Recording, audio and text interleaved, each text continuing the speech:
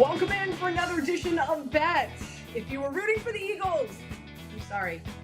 If you had your money on the Kansas City Chiefs, Mama always loves a new pair of shoes. Congratulations. We're here to somewhat recap it and look forward to what I like to call the sports calendar, right? We got March Madness less than a month away. We've got NBA action. So Eric Moody is going to jump on board in just a hot second. Joey Brackets with a little sneak peek preview of the NCAA Hoops March Madness Tournament. And Tim MacMahon, who does a phenomenal job covering the NBA specifically as well. A real intense look at the Dallas Mavericks after that great trade. I think it was a great trade. Kyrie and Luka teaming up. So that's what we have coming your way the next 30 minutes. Let's bring in Eric Moody. Eric, how you doing? How did you do last night, man? No, I'm doing pretty good. Now, I did have the Eagles on the, and so I was not happy with that result. But you know, Anita, I must admit, I like watching the Kansas City Chiefs offensive line go to work. They clearly took it personal from what everyone's been saying about the Eagles defensive front. So it was nasty football, so I did enjoy seeing it. But I did not like that the Eagles did not win because of the money line recommendation. But oh well. Yeah, I'm with you. I was all over the Eagles. In fact, I played an alternate spread. I had the Eagles minus 6.5. I was able to break even because, fortunately, a lot of my prop bets hit. So I broke even last night. But nonetheless, let's dive into a little reaction or no action. And as we know, the Chiefs now Super Bowl champions, and the Eagles, as we know, Super Bowl losers, don't make it back to the Super Bowl next year. Reaction or no action? Now, I'm going with reaction here because you look at the NFL, it's very competitive. And it's difficult to play in Super Bowls for consecutive seasons. Now, we all watched the Los Angeles Rams last season and also the Cincinnati Bengals. We saw how that turned out. Now, only 8 teams have gone to back-to-back Super Bowls and have become the champions. New England Patriots, Tom Brady, many, many years ago, it seems like. Chiefs obviously have a franchise quarterback in Patrick Mahomes. Travis Kelce's getting older. They still have some question marks at the wide receiver position. You look at the Eagles, but they got Jalen Hurts, A.J. Brown, Devontae Smith. They got that young core, but they've got a lot of free agents that they're going to have to figure out what they're going to do with this offseason. And so I have a reaction here. I agree. It's going to be tough for these two teams to make it back to the Super Bowl. Yeah, lockstep with you, Boo. I'm reaction here as well. I think the Cincinnati Bengals and the Buffalo Bills, man, those are two teams that I think have to be really hungry right about now, right? They get so close. It's like the Susan Lucci's of the NFL, but oh so far. So, and you're right. In taking a look at what the Eagles and the Kansas City Chiefs have to do this offseason, Eagles, granted, they're kind of middle of the road when it comes to the salary cap space situation, but they've got a lot of guys on that defensive line that are either going to move on or they're going to re-up. Not sure what's going to happen with Kelce on that offensive line. Chances are he's going to retire. They've got some question marks in their secondary. I think Minshew goes on and is a starter on another team, so they're not going to have that backup quarterback. We saw Minshew come in and win a few games for them this season. And as for Kansas City, they've got some issues there as well. What happens with that wide receiving core, offensive line, defensive line, running back? I think McKinney might be gone. So I'm with you. Reaction, I say no to Kansas City and no to the Eagles. The best thing about the NFL is that they have the best parity, I think, of all leagues in professional sports. Here we go. Question number 2. The Mavs will participate in the play-in tournament. Now, currently they are 4th, but they are 2 games away from 7th. Reaction or no action? Eric? Reaction. Have we seen the West following the trade deadline? It's very competitive. Now, you got Luka, you got Kyrie Irving. They're going to have to come together and gel quickly to become like a well-oiled machine out in the West. And, you look at their record and just how tightly the teams are in the standings. They just have to come together quickly. Now, they got 4 games this week. Then they got the All-Star break. So they need to use that time wisely, because I'll tell you this, Anita, every game from here on out will have playoff-level intensity, just like those games over this past weekend against the Sacramento Kings. So you get reaction from me on this one. I'm actually going no action here. Like I said, I like this trade. I'm excited to see what can develop here for Kyrie and Luka. They're just still finding their way. They're getting their groove. They're settling in. but take a look at some of the teams that are behind them, that are challenging them to be in that top 6 spot. And you've got the Pelicans, who now we just heard Zion, he has a step back in regard to health issues. And the Warriors, we're not sure how long Curry's going to be out. So no action for me. I do believe the Mavs make it into the top 6 in the postseason. Last question for you. Arizona in the NCAA. Will win the NCAA tournament? And by the way, those odds 8-1 right now, second behind Houston. Reaction or no action? I was thinking hard about this one, but I'm going with no action here. Now, it's been a down year for the Pac-12, but you look at Arizona. They had a golden opportunity to bolster its March Madness credentials within conference play, and they blew it, by losing to a below 500 Stanford team on Saturday. Now, even though Arizona's Pac-12 title hopes, I would say they aren't over, but it really puts Arizona, I would say, in a pickle as they try to solidify and earn that top 2 seed in March. So that's my take. No action here for me as well. Bad look on Saturday, losing to Stanford. I'm not sure if you tuned into that game. 88-79. And just like their defense just looked absolutely horrible. They were favored by 7.5, Eric. And like I said, they lost 88-79. I'm looking at, and I know we're a ways away, and we're going to have Joey Brackets on the show in just a second. But I'm looking at those 1 seeds, Alabama, Purdue, Houston. And you gotta love what you've seen from Texas as of late, right? TCU beating TCU, Baylor, K-State as well. So for me, looking at the ones, I think with this loss to Stanford, to me, Arizona very well could drop down, and I think they'd be lucky to get a 3rd seed or a 4th seed. What are your thoughts? Yeah, it's just going to be tough because that loss was devastating. That's a game. I'm like, if you want to try to win a national championship, you've got to win that game. I know it's on the road and, you can give them excuses, but that's just a game they should have won. It just doesn't bode well with losing that game for what they're trying to do. So, Eric, hang tight. We're going to come right back to you. We got Joey Brackets. We're talking NCAA basketball. Who better else to have on Bet than Joey Brackets live? So, Joey, welcome in. We're thrilled to have you on Bet. For a lot of us who've been knee-deep in the NFL, it is time, our sports calendar, start paying attention to some NCAA action, especially folks like me. I played like 20 pools come mid-March heading into April. So with that being said, we were just talking about it with Eric. What are your 4 number 1 seeds right now? Well, let's start with the new number 1 in the country. And this is basketball we're talking about. The Crimson Tide of Alabama. Shut out of the football playoff. Maybe they're going to go to the first Final Four in school history. Who knows? But they're up on the top line with Purdue, Houston, and Kansas. Kansas, obviously, seemingly every year in the 1 seed conversation. Houston, interestingly, trying to get to a Final Four that will be played in their hometown. As always, as we get closer to the tournament, right, we always like to find out, all right, what are those last 4 that are trying to get in, and who are the 4 that are going to be out that a lot of teams and a lot of fans are going to be competing about? So who are those eight seeds? Who are those 8 teams right now? Yeah, this is where I spend the bulk of my late nights trying to separate the people on these 2 lists. And in the tournament right now, and when we update the bracket tomorrow on ESPN.com, we'll give you Memphis, Mississippi State, which just played its way there, New Mexico, and hanging by a toenail, Clemson, which had been the leader of the ACC for the bulk of the conference season, but now a game behind the leaders, and because of that, in the at-large pool without great numbers. So the Tigers may be in trouble. On the outside looking in, Oregon, which split with the LA schools over the weekend.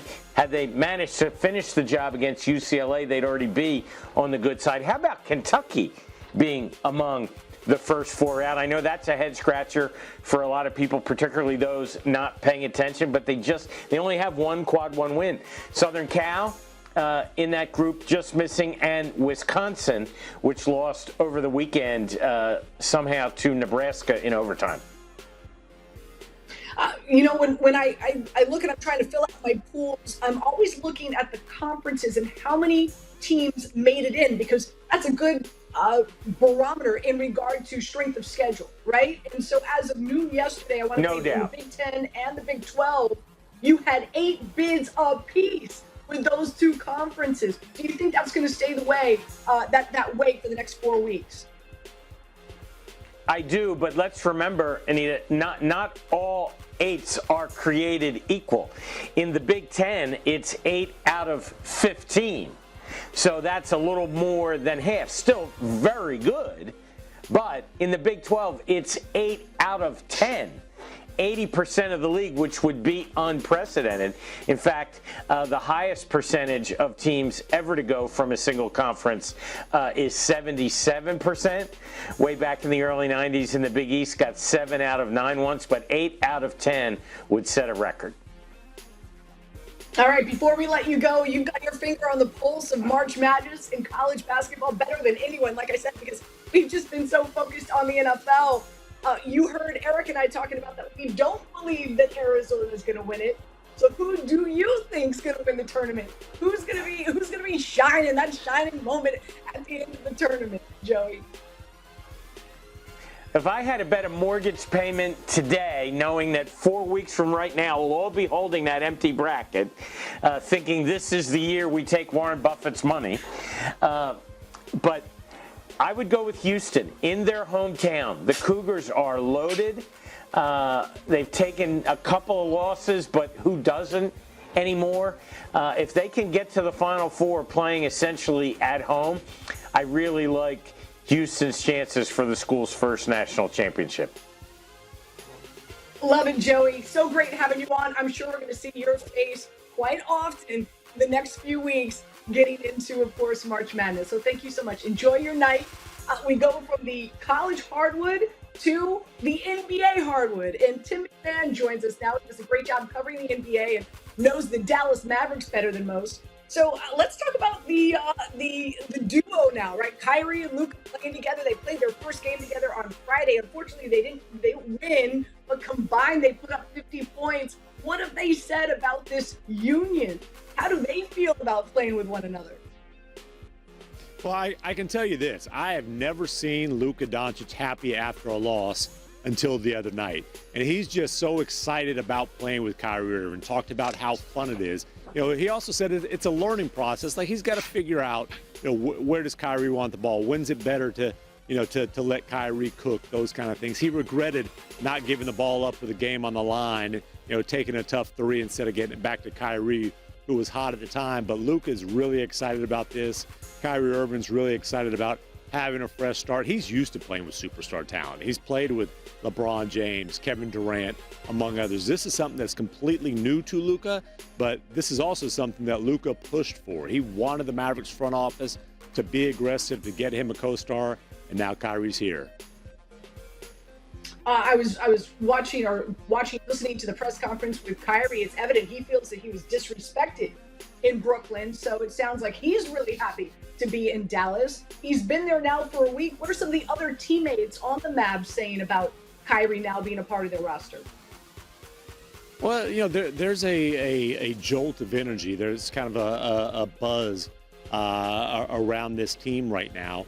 And look, for all the stuff that comes along with Kyrie and the chaos throughout the years, the one thing about him, his talent is undeniable, and it is immensely respected by his colleagues in the NBA, including those guys who are now in the locker room with him. So when the Mavericks acquired Kyrie Irving, the guys who are playing with him, they really were excited about the possibilities that brings in terms of a deep playoff run.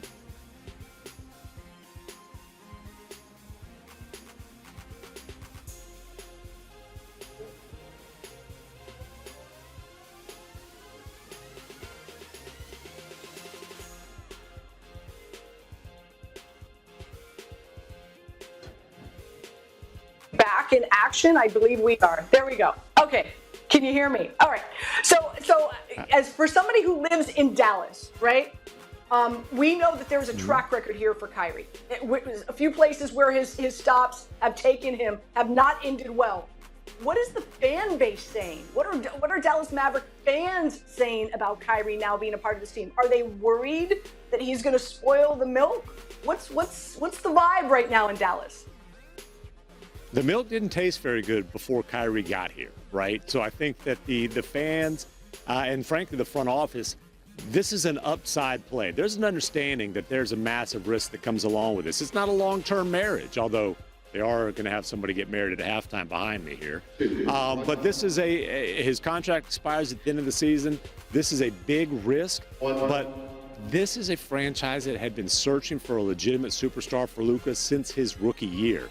They had the opportunity to acquire a guy who is of that caliber. Those don't come along very often. So it's much more excitement than concern about what might be to come after the season or perhaps into the future.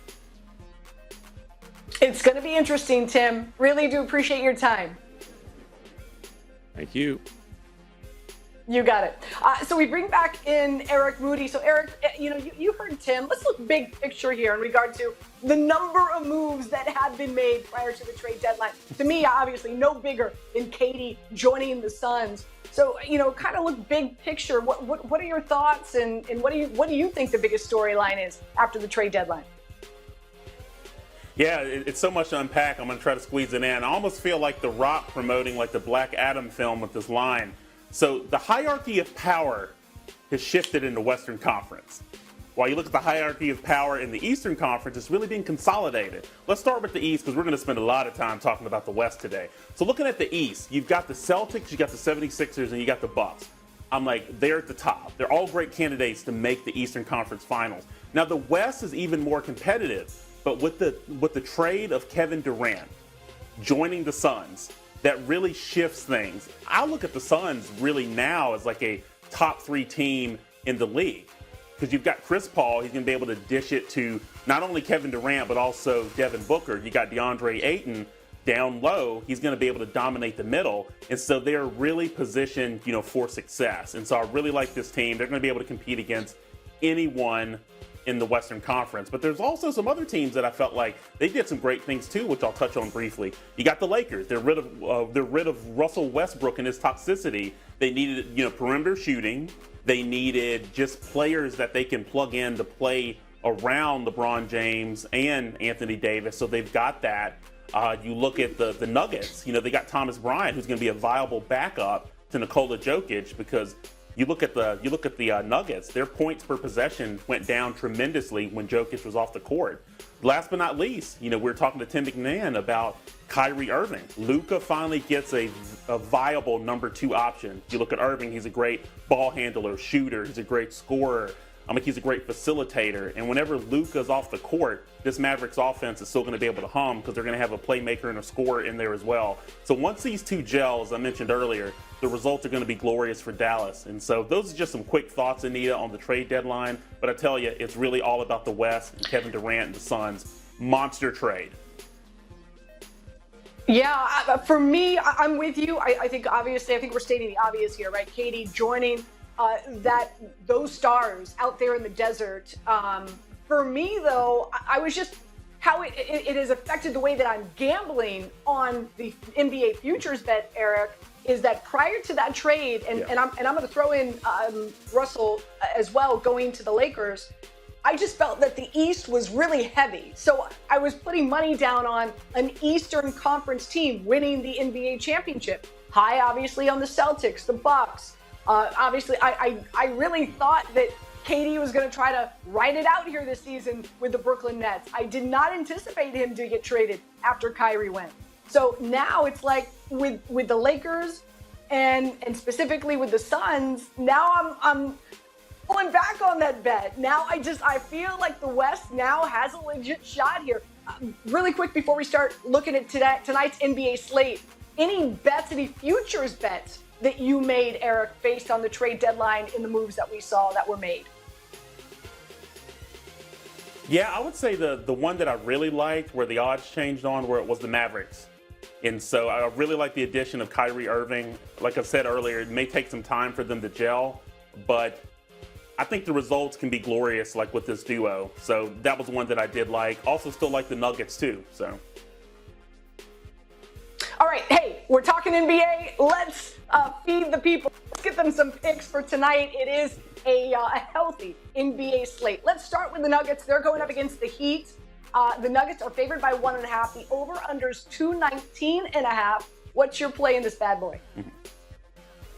Yeah, I like the Nuggets, betting on them to cover the spread. So they've been an offensive juggernaut this season. You look at Denver, they rank first in points scored per 100 possessions. You got Nikola Jokic, who's averaging a triple-double, per game like this season. And he's played very well against Bam Adebayo in his career. He's had 11 matchups against Adebayo. You look at Jokic, he's averaged 21.7 points, 11.5 rebounds, and 6.6 assists in those games.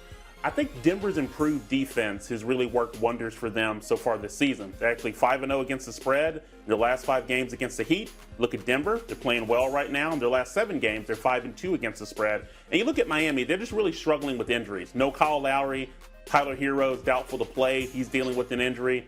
And last but not least, to bring all that together, the Heat have really struggled at home against the Nuggets in recent games. So again, my recommendation is to back the Nuggets to cover the spread tonight. I like it. I'm with you. I'll lay the points with Denver as well. 8-1 straight up and against the spread. Their last 9 matchups against the Heat. The Heat defense, good, top 5 in the NBA, but they struggle against the big. So I think the Joker could have a big night tonight. Also, Denver's second best offense in the NBA. Not sure if Reggie Jackson is going to play tonight. That would be a little fun. And as you mentioned, the Heat dealing with a lot of injuries. I want to say 11 of their 16 players are on the injury report in some way, shape, or form. And this is interesting. I came across this interesting stat. It's a trend, really. Home teams off of a road win in overtime are 32, 60, and 2 against the spread since 2016. And that's exactly where the Heat sit right now. So I'm with you. I do like Denver. Game number 2, T-Wolves going up against the Mavs. We're talking about the Mavs and that trade that went down. Mavs are favored by 7 here. The over-under is 232. It's a lot of points. What side are you on? Yeah, I'm actually going to go with the player prop here. So I do like Luka in this game tonight. So I know he missed 4 straight games with an injury. Returned last Saturday night against the Kings. Resulted in a loss. Had a solid game. But Luka knows, he has to deliver an epic performance really against the Timberwolves to get a win.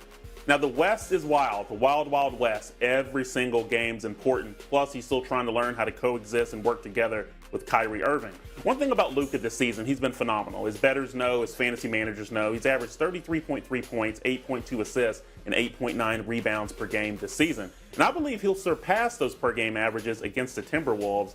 And so one thing about Minnesota, they commit the 3rd most turnovers per game in the league.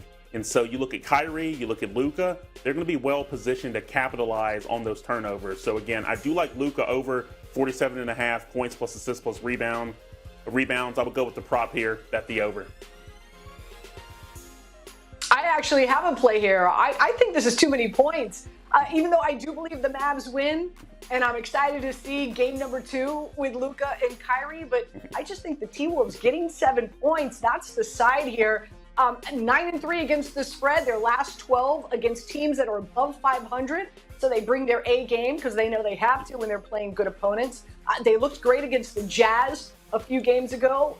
Noel averaging over 20 points a game coming off the bench. Who doesn't love that? They are the healthier team coming in. And the Mavs, again, I still feel that Luka and Kyrie are still finding their way. So again, I think Dallas wins. But I like the T-Wolves getting the points. Last but not least, we got to talk about the Lakers. LeBron James was at the Super Bowl last night. He's dealing with an ankle injury, but the Lakers still taking on the Trailblazers. Trailblazers are favored here by 1. The over/under is 238. I want to say it's been kind of back and forth. It's 238. How are you playing this one? You know what? I'm going to go with the player prop in this. I like Anthony Davis in this game to surpass 40.5 points plus rebounds.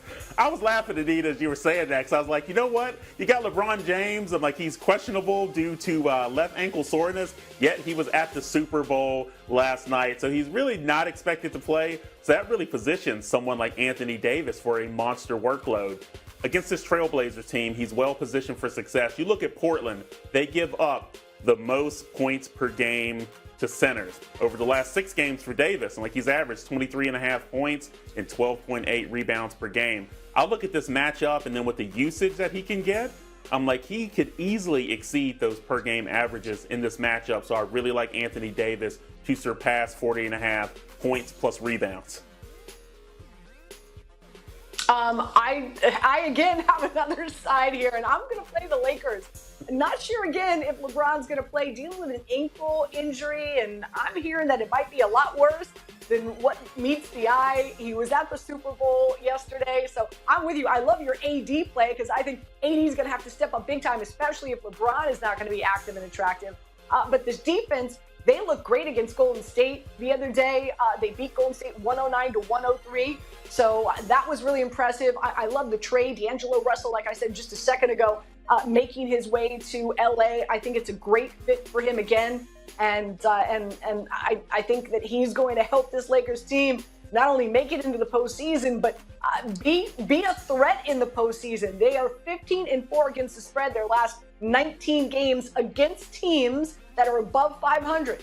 I'm sorry, that are below 500. So to me, what does that say? They're not playing down to the level of their opponent, and they're taking those games seriously. Also, I just feel like the Trailblazers underachieving this season, right? They've lost 3 of their last 5 at home. So I'm on the Lakers side. I'll take the Lakers, and I'll take the 1 point. Thank you very much. Eric, this is our time that we say hasta la vista to you, my friend. Enjoy tonight's NBA slate. Yeah, same to you. Until next time, Anita. You got it. Always great having you on with me for the ride. As always, we like to end the show with before I let you go. And since the Super Bowl concluded, congratulations, Kansas City Chiefs. I am wearing my Patrick Mahomes shirt today, even though I had a lot of money riding on those Eagles. That did not pay off, but nonetheless, a really great performance by Patrick Mahomes. Very, very deserving for him to win the MVP. We're looking ahead to next year, right? The 2023-2024 Super Bowl. And I've got a long shot for you, and it's not because I'm drinking the blue Kool-Aid because I live here in the New York, New Jersey area, but it's the New York Football Giants, and you can get them at 35-1 at Caesars, but I do recommend shop around. There's you might find better odds, but follow me here. Number one, and I'm a stone's throw from the facility. Everything that I'm hearing, I have my finger on the pulse of this team better than most, is that they are going to bring back both Daniel Jones and Saquon Barkley. Whether they work out a deal with Daniel Jones, maybe they tag Saquon Barkley. It's $10 million. That's the tag, the going rate for running backs in the NFL. So I do believe both of them will be back. Their record this season, 9-7-1. Dable won Coach of the Year. Love Brian Dable. Love Joe Shane, who's running the front office here as well. 2023 cap space, a little over $58 million, which is third most in the NFL. So they're going to have some cap space and some money that they're going to be able to go out there, wheel and deal, and bring in some really good talent for the Giants and Daniel Jones to work with. Also, they have 9 draft picks, 4 in the first 3 rounds. So they'll be able to go out and get some talent. 2 more things. Leo Williams loves this organization. I believe he stays. And who knows, maybe they go after T. Higgins, wide receiver for the Cincinnati Bengals. So again, the Giants, long shot to win next year's Super Bowl. Everybody, thank you so much for tuning in to Bet. Really appreciate it. Thank you to all our guests, and enjoy the NBA slate tonight. Hopefully we've helped you win some money.